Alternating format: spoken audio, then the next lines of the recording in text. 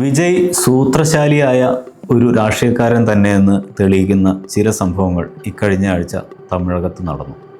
അദ്ദേഹം നടത്തിയ ചില പുതിയ പ്രഖ്യാപനങ്ങൾ വലിയ വിവാദങ്ങൾ സംസ്ഥാനത്തുണ്ടാക്കി. അതിൽ പ്രധാനപ്പെട്ട ഒന്ന് HRC വകുപ്പ്, അതായത് കേരളത്തിൽ നമ്മൾ ദേവസ്വം വകുപ്പ് എന്ന് പറയുന്നതിന് സമാനമായിട്ട് തമിഴ്നാട്ടിലെ ക്ഷേത്രങ്ങളെ ഭരിക്കുന്ന HRC വകുപ്പ്, ആ വകുപ്പിനകത്ത് ചില മാറ്റങ്ങൾ, ചില പരിഷ്കരണങ്ങൾ അദ്ദേഹം കൊണ്ടുവരും എന്ന് പ്രഖ്യാപിച്ചു. ഇത് വളരെ അദ്ദേഹത്തിൻ്റെ വളരെ പ്ലാൻഡ് ആയിട്ടുള്ള ഒരു നീക്കം തന്നെയാണ് എന്ന് നമുക്ക് മനസ്സിലാക്കാം. കാരണം HRC വകുപ്പിൽ അദ്ദേഹം മന്ത്രിയായിട്ട് നിയമിച്ചത് എസ് രമേശ് എന്നയാളെയാണ്. ഈ എസ് രമേശ് ഒരു ബ്രാഹ്മണ സമുദായക്കാരനാണ്. പൊതുവെ ദ്രാവിഡ പാർട്ടികൾ, അത് ADMK ആണെങ്കിലും DMK ആണെങ്കിലും ഭരണത്തിലിരിക്കുമ്പോൾ ഒരിക്കൽ പോലും HRC വകുപ്പിൽ ബ്രാഹ്മണരായിട്ടുള്ള മന്ത്രിമാർ വരാറില്ല. ബ്രാഹ്മണ വിഭാഗക്കാരെ അതിൽ നിയമിക്കാറില്ല. അത് മറ്റ് ബ്രാഹ്മണേതര അബ്രാഹ്മണ വിഭാഗങ്ങളാണ് ദേവസ്വം വകുപ്പിനെ എല്ലാ കാലത്തും തമിഴ്നാട്ടിൽ നിയന്ത്രിച്ചിരുന്നത്. പക്ഷേ ഇത്തവണ അതിൽ അദ്ദേഹം വലിയൊരു മാറ്റം വരുത്തി ബ്രാഹ്മണനെ ആ പദവിയിലേക്ക് കൊണ്ടുവന്നു. 2 ബ്രാഹ്മണരാണ് TVKയുടെ ടിക്കറ്റിൽ മത്സരിച്ച് ജയിച്ചത്. ഒന്ന് ES രമേശ്, മറ്റൊരാൾ P വെങ്കട്ടരമണൻ എന്നയാൾ. അദ്ദേഹം ഇപ്പോൾ സിവിൽ സപ്ലൈസ് വകുപ്പ് മന്ത്രിയാണ്. അപ്പോൾ ഇങ്ങനെ 2 ബ്രാഹ്മണരാണ്. അതിലൊരാളെ വളരെ നിർണായകമായ ഈ വകുപ്പിൽ നിയോഗിക്കുക മാത്രമല്ല, വലിയ പരിഷ്കരണങ്ങൾ വകുപ്പിൽ വരുത്തും എന്ന് അദ്ദേഹം വിജയ് പ്രഖ്യാപിച്ചു. ആ പരിഷ്കരണത്തിൻ്റെ തുടക്കം തന്നെ വലിയ വിവാദം ആണ് തമിഴ്നാട്ടിൽ സൃഷ്ടിച്ചിരിക്കുന്നത്. ഏതാണ്ട് 285 കോടി രൂപയുടെ പദ്ധതികൾ, ഈ വകുപ്പുമായി ബന്ധപ്പെട്ട പദ്ധതികൾ വിജയ് റദ്ദ് ചെയ്തു. ഈ പദ്ധതികളുടെ ഒരു പ്രത്യേകത, ദേവസ്വം ഫണ്ട്, അതായത് ഈ ക്ഷേത്രങ്ങളുടെ ഫണ്ട് ഉപയോഗിച്ച് നടത്തുന്ന ചില വാണിജ്യ പ്രവർത്തനങ്ങളെ നിരോധിക്കുന്നതായിരുന്നു. ഈ വാണിജ്യ പ്രവർത്തനങ്ങൾ എന്ന് പറയുന്നത് നമ്മൾ ക്ഷേത്രങ്ങളുമായിട്ട് കാണാറുള്ള മണ്ഡപങ്ങൾ, കല്യാണ മണ്ഡപങ്ങൾ, ഇങ്ങനെയുള്ള സംവിധാനങ്ങൾ ഒരുക്കുന്ന പദ്ധതികളായിരുന്നു.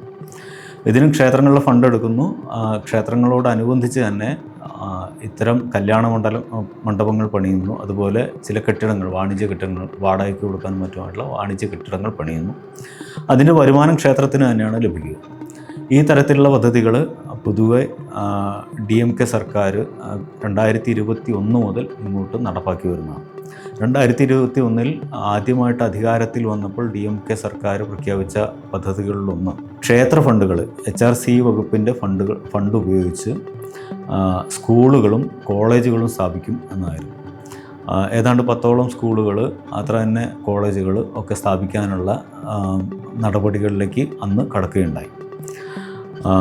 ആ പദ്ധതികളുടെ ഒരു തുടർച്ച എന്ന നിലയിലാണ് കല്യാണ മണ്ഡപങ്ങൾ സ്ഥാപിക്കുക എന്ന പദ്ധതിയിലേക്ക് സർക്കാർ വരുന്നത്. ഇതിനെതിരെ വിജയുടെ TVK വളരെ ശക്തമായിട്ടുള്ള എതിർപ്പ് ഉന്നയിച്ചു. അദ്ദേഹത്തിൻ്റെ നിലപാട് ക്ഷേത്രങ്ങളുടെ ഫണ്ട് ക്ഷേത്രങ്ങളിൽ തന്നെ ചിലവാക്കുന്നത്, ക്ഷേത്രങ്ങളുടെ വരുമാനം ക്ഷേത്രങ്ങളുടെ മാത്രം കാര്യങ്ങൾ, പൂർണ്ണമായും ക്ഷേത്രവുമായി ബന്ധപ്പെട്ട കാര്യങ്ങൾക്ക് മാത്രം ഉപയോഗിക്കണം, ആരാധനയുമായി ബന്ധപ്പെട്ട കാര്യങ്ങൾക്ക് മാത്രം ഉപയോഗിക്കണം എന്നുള്ളതാണ്.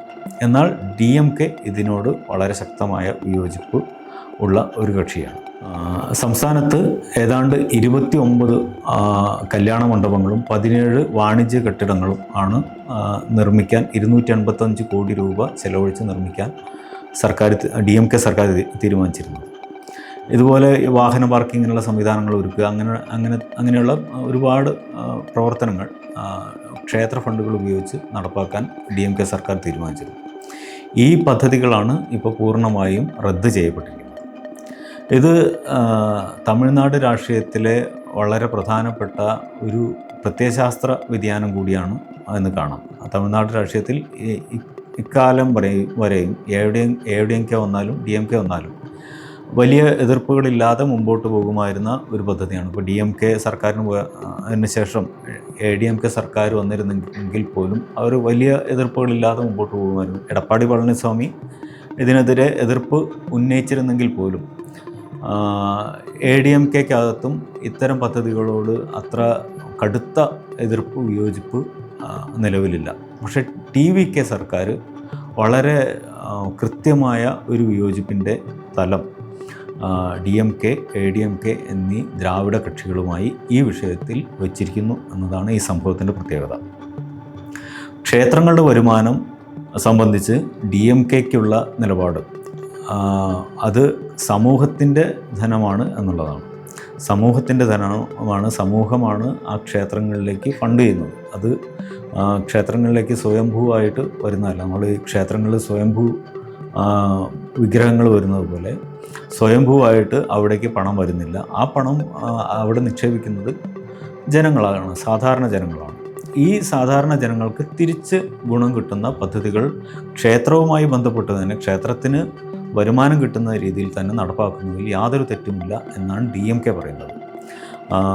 അവരുന്നയിക്കുന്ന മറ്റൊരു വാദം, ക്ഷേത്രങ്ങളിലെ കല്യാണ മണ്ഡപങ്ങൾ എന്ന് പറയുന്നത് വളരെ സാധാരണക്കാരായ ക്ഷേത്രവുമായി അടുത്ത് നിൽക്കുന്ന സാധാരണക്കാരായ കമ്മ്യൂണിറ്റികൾക്ക് അവർക്ക് വലിയ ചിലവില്ലാതെ വളരെ ചുരുങ്ങിയ ചിലവിൽ വിവാഹം നടത്താനും മറ്റു പരിപാടികൾ നടത്താനുമുള്ള ഒരു സ്ഥലമായി ഇത്തരം കല്യാണ മണ്ഡപങ്ങൾ മാറും. ഇത് സാധാരണ ജനങ്ങൾക്ക് വലിയ തോതിൽ ഗുണം ചെയ്യും എന്ന നിലപാടാണ് DMKയ്ക്കുള്ളത്. എന്നാൽ TVK ഇതിനോട് ആ തലത്തിൽ തന്നെ വിയോജിക്കുകയാണ് ചെയ്യുന്നത്. ഇത് പൂർണ്ണമായും ഈ ലഭിക്കുന്ന പണം, ക്ഷേത്രങ്ങളിലേക്ക് ലഭിക്കുന്ന പണം അവിടുത്തെ ആരാധനാ സമ്പ്രദായങ്ങളെ മെച്ചപ്പെടുത്തുന്നതിനും അതിനകത്തുള്ള സംവിധാനങ്ങളിൽ കൂടുതൽ വിപുലീകരിക്കുന്നതിനും വേണ്ടി മാത്രം ഉപയോഗിക്കണം. ഇത് ബിസിനസ് ആവശ്യങ്ങൾക്ക്, അങ്ങനെയാണ് അവർ പറയുന്നത്, വാണിജ്യ ആവശ്യങ്ങൾക്ക് ഈ ഫണ്ട് ഒരു കാരണവശാലും ഉപയോഗിച്ചുകൂടാ എന്നതാണ് TVKയുടെ, വിജയ്യുടെ നിലപാട്. DMKയുടെ നിലപാടിനോട് വിജയ് വിയോജിക്കുന്ന മറ്റൊരു തലം, ഈ ക്ഷേത്ര വരുമാനം വലിയ തോതിൽ കൂടും, ക്ഷേത്രങ്ങളുടെ സ്ഥിര വരുമാനം വലിയ തോതിൽ കൂടും എന്ന DMKയുടെ വാദത്തോട് വിജയ് യാതൊരു തരത്തിലും യോജിക്കുന്നില്ല. ക്ഷേത്രങ്ങളുടെ വരുമാനം കൂട്ടുക എന്നത്, വാണിജ്യ പ്രവർത്തനത്തിലൂടെ കൂട്ടുക എന്നത് ക്ഷേത്രങ്ങളുടെ ലക്ഷ്യമാകരുത്. മറിച്ച് ക്ഷേത്രങ്ങളിലേക്ക് വരുന്ന വിശ്വാസികളിടുന്ന വരുമാനം അത് മറ്റൊരു വിഭാഗത്തിനും ഗുണം ചെയ്യേണ്ട കാര്യമില്ല. ആ ക്ഷേത്രത്തിനകത്ത് മാത്രമായിട്ട് അത് ഒതുങ്ങണം. ക്ഷേത്രത്തിൻ്റെ സൗകര്യങ്ങൾ കൂട്ടുന്നതിന്, അതിൻ്റെ ആരാധനാപരമായിട്ടുള്ള സൗകര്യങ്ങൾ കൂട്ടുന്നതിന് മാത്രമായിട്ട് ഈ വരുമാനം ഒതുങ്ങണം എന്ന നിലപാടാണ് വിജയ്ക്കുള്ളത്. ഇതോടുകൂടി DMK സർക്കാർ മുമ്പ് നടത്തിയ നിരവധി പരിഷ്കാരങ്ങളും പ്രശ്നത്തിലാവുകയാണ്. DMK സർക്കാർ ഇത്തരം ഫണ്ടുകൾ ഉപയോഗിച്ച് വീടുകൾ നിർമ്മിച്ചിരുന്നു. സാധാരണ ഇത്തരം ഫണ്ടുകൾ ക്ഷേത്രത്തിന് പുറത്ത് ഉള്ള മറ്റുള്ള ക്ഷേത്ര ബാഹ്യമായ കാര്യങ്ങൾക്ക് ഉപയോഗിക്കാറില്ല. പക്ഷേ DMK സർക്കാർ ഈ ഫണ്ട് ഉപയോഗിച്ച് വീടുകൾ നിർമ്മിച്ചു. അത് ക്ഷേത്ര ജീവനക്കാർക്ക് വേണ്ടിയിട്ടുള്ള, പൂജാരിമാരടക്കമുള്ള ക്ഷേത്ര ജീവനക്കാർക്ക് ഉപയോഗപ്പെടുന്ന തരത്തിൽ അവർക്ക് വീടുകൾ നിർമ്മിക്കാനായിട്ട് ഉപയോഗിച്ചിരുന്നു. ഇത്തരത്തിൽ ധാരാളം പദ്ധതികളിലേക്ക് ഈ ഫണ്ട് വഴിതിരിച്ചു വിട്ടിരുന്നു DMK സർക്കാർ. ഈ പദ്ധതികളെല്ലാം തന്നെ നിലയ്ക്കും എന്ന നിലയാണ് ഇപ്പോൾ സംജാതമായിട്ടുള്ളത്. ഇതിൽ വിജയ് ഉറപ്പിച്ചുകൊണ്ടിരിക്കുന്ന ഒരു കാര്യമുണ്ട്. അദ്ദേഹത്തിൻ്റെ ക്ഷേത്രങ്ങളുമായി ബന്ധപ്പെട്ടുള്ള തുടർന്നുള്ള നിലപാടുകൾ എന്തായിരിക്കും എന്ന കാര്യത്തിൽ വിജയ് ഒരു വ്യക്തത ഏതാണ്ട് വരുത്തുന്നു എന്നാണ് നമ്മൾ മനസ്സിലാക്കുന്നത്. നമുക്കറിയാം, തമിഴ്നാട്ടിലെ ക്ഷേത്രങ്ങളെ സംബന്ധിച്ച് വലിയ വിവാദങ്ങൾ എല്ലാ കാലത്തും ഉണ്ടാകാറുണ്ട്. അവിടെ ക്ഷേത്രങ്ങളിൽ എല്ലാ വിഭാഗം ആളുകൾക്കും പ്രവേശനം ഇന്നുമില്ല. ഇക്കഴിഞ്ഞ ദിവസങ്ങളിലാണ് 2 ക്ഷേത്രങ്ങളിൽ, കരൂരിലെ 2 ക്ഷേത്രങ്ങളിൽ ദളിത് വിഭാഗങ്ങൾക്ക് പ്രവേശനം ലഭിച്ച ഒരു വാർത്ത വലിയ ദേശീയ മാധ്യമങ്ങളിൽ ചർച്ചയായിരുന്നു. ഇതിൻ്റെ ക്രെഡിറ്റ് അടിച്ചെടുക്കാൻ TVK ശ്രമിക്കുന്നുണ്ട്. പക്ഷേ ഇത് ദീർഘകാലമായി നടന്നു വന്ന, ജില്ലാ കളക്ടറുടെ നേതൃത്വത്തിൽ ദീർഘകാലമായി നടന്നു വന്ന ചർച്ചകളുടെ ഭാഗമായിട്ടാണ് ഏറ്റവും ഒടുവിൽ ഇത് സംഭവിച്ചിരുന്നത്. ഇതിൽ TVKയ്ക്ക് പ്രത്യേകിച്ച് പങ്കൊന്നുമില്ല. അത് ദീർഘകാലമായി നടന്ന ചർച്ചകളിൽ ഏറ്റവും ഒടുവിൽ വന്ന ഒരു റിസൾട്ട് എന്ന നിലയിലേ ഇതിന് കാണാൻ കഴിയും. അപ്പോൾ ഇത്തരത്തിലുള്ള പ്രശ്നങ്ങൾ ഈ HRCE വകുപ്പിന് പുറത്തുള്ള ക്ഷേത്രങ്ങൾ, നാട്ടുക്ഷേത്രങ്ങൾ ധാരാളമുണ്ട് തമിഴ്നാട്ടിൽ. ആ ക്ഷേത്രങ്ങളിൽ ഇപ്പോഴും ദളിതർക്കും ജാതീയതര ഹിന്ദുക്കൾക്ക്, ജാതി ഹിന്ദുക്കൾ ഒഴികെയുള്ള ഹൈന്ദവ വിഭാഗങ്ങൾക്കും പ്രവേശനം ഇന്നും ഇല്ല. ഈ ക്ഷേത്രങ്ങളിൽ ഒരു ദളിത് അനുകൂലിയായി അറിയപ്പെടുന്ന വിജയ് ദളിത് വിഭാഗങ്ങൾക്ക് പ്രവേശനം നേടിക്കൊടുക്കുമോ എന്ന ചോദ്യം ഉയരുന്നുണ്ട്. നമുക്കറിയാം, വിജയ് വിജയിച്ചത് ദളിത് വിഭാഗങ്ങളുടെയും ന്യൂനപക്ഷ വിഭാഗങ്ങളുടെയും വോട്ടുകൾ വലിയ തോതിൽ ലഭിച്ചിട്ടാണ്. ആ വിഭാഗങ്ങൾക്ക് വേണ്ടി ദളിത് വിഭാഗങ്ങൾക്ക് വേണ്ടി ഏതു തരത്തിലുള്ള നിലപാടാണ് ക്ഷേത്ര കാര്യങ്ങളിൽ വിജയ് എടുക്കാൻ പോകുന്നത് എന്ന ചോദ്യം ഇപ്പോൾ ഉയരുന്നുണ്ട്.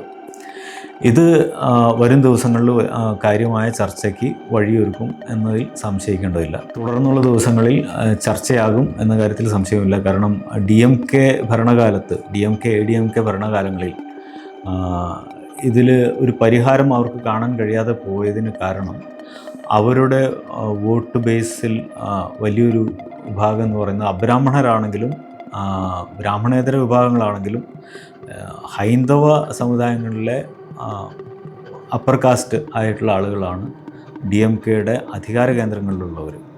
അവരുടെ കമ്മ്യൂണിറ്റി വോട്ടുകൾ വലിയ തോതിൽ ഇത്തരം അപ്പർ കാസ്റ്റ് വിഭാഗങ്ങളെ ആശ്രയിച്ചിരിക്കുന്നതാണ്. അതുകൊണ്ട് തന്നെ വളരെ ശക്തമായിട്ടുള്ളൊരു നിലപാടിലേക്കൊന്നും ഈ വിഷയത്തിൽ DMKക്കോ ADMKക്കോ ഇക്കാലം വരെയും പോകാൻ കഴിഞ്ഞിട്ടില്ല. എന്നാൽ വിജയിച്ച് വന്നിരിക്കുന്നത് DMKയിൽ നിന്ന് വേറിട്ട് പോന്ന ദളിത് വിഭാഗങ്ങളുടെ വോട്ടുകളെ സമാഹരിച്ചുകൊണ്ടാണ്. ഇക്കാരണത്താൽ തന്നെ അദ്ദേഹത്തിന് കുറച്ചുകൂടി കൂടുതൽ ഈ വിഷയത്തിൽ ഇറങ്ങിച്ചെന്ന് നിലപാടുകൾ എടുക്കേണ്ട ഒരു ധാർമ്മികമായ ബാധ്യതയുണ്ട്. ആ ബാധ്യത അദ്ദേഹം ഏറ്റെടുക്കുമോ, അതോ പ്രായോഗിക രാഷ്ട്രീയ ബുദ്ധി കാണിച്ചുകൊണ്ട് ക്ഷേത്രകാര്യങ്ങളിൽ കാര്യമായി ഇടപെടാതെ, ക്ഷേത്രങ്ങളിലെ ദളിത് വിഭാഗങ്ങളുടെ പ്രവേശന കാര്യങ്ങളിൽ കാര്യമായി ഇടപെടാതെ മാറി നിൽക്കുമോ എന്നതാണ് വരും ദിവസങ്ങളിൽ നമ്മൾ കാണേണ്ടത്.